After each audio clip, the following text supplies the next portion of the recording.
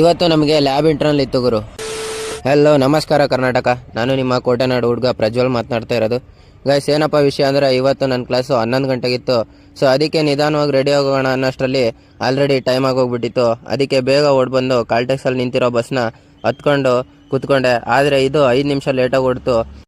Guys, already campus ಒಳಗೆ entry ಆಗಿರೋದೇ 10 ನಿಮಿಷ late ಆಗಿದೆ. ಬರ್ರಿ ಹೋಗೋಣ, ಮಿಸ್ ಏನಂತಾರೆ ನೋಡೋಣ. ಇನ್ನು ಅಲ್ಲಿಂದ ಡೈರೆಕ್ಟಾಗಿ ಕ್ಲಾಸ್ ರೂಮಿಗೆ ಬಂದೆ.